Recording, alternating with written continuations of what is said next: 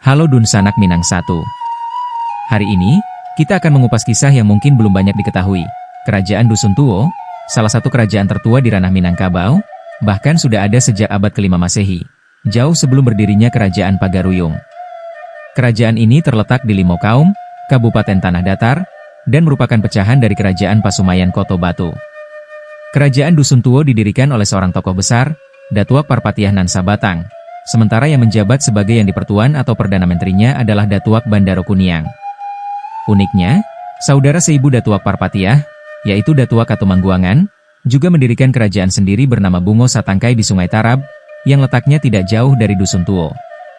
Di sana, Perdana Menterinya adalah Datuak Bandaro Putiah.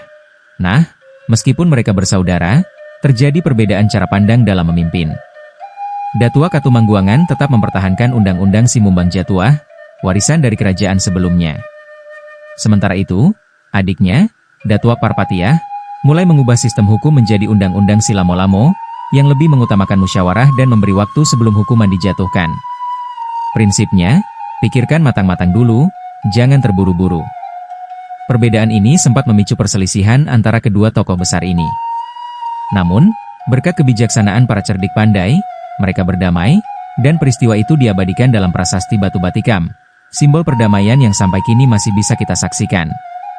Dari sana, hukum adat terus berkembang.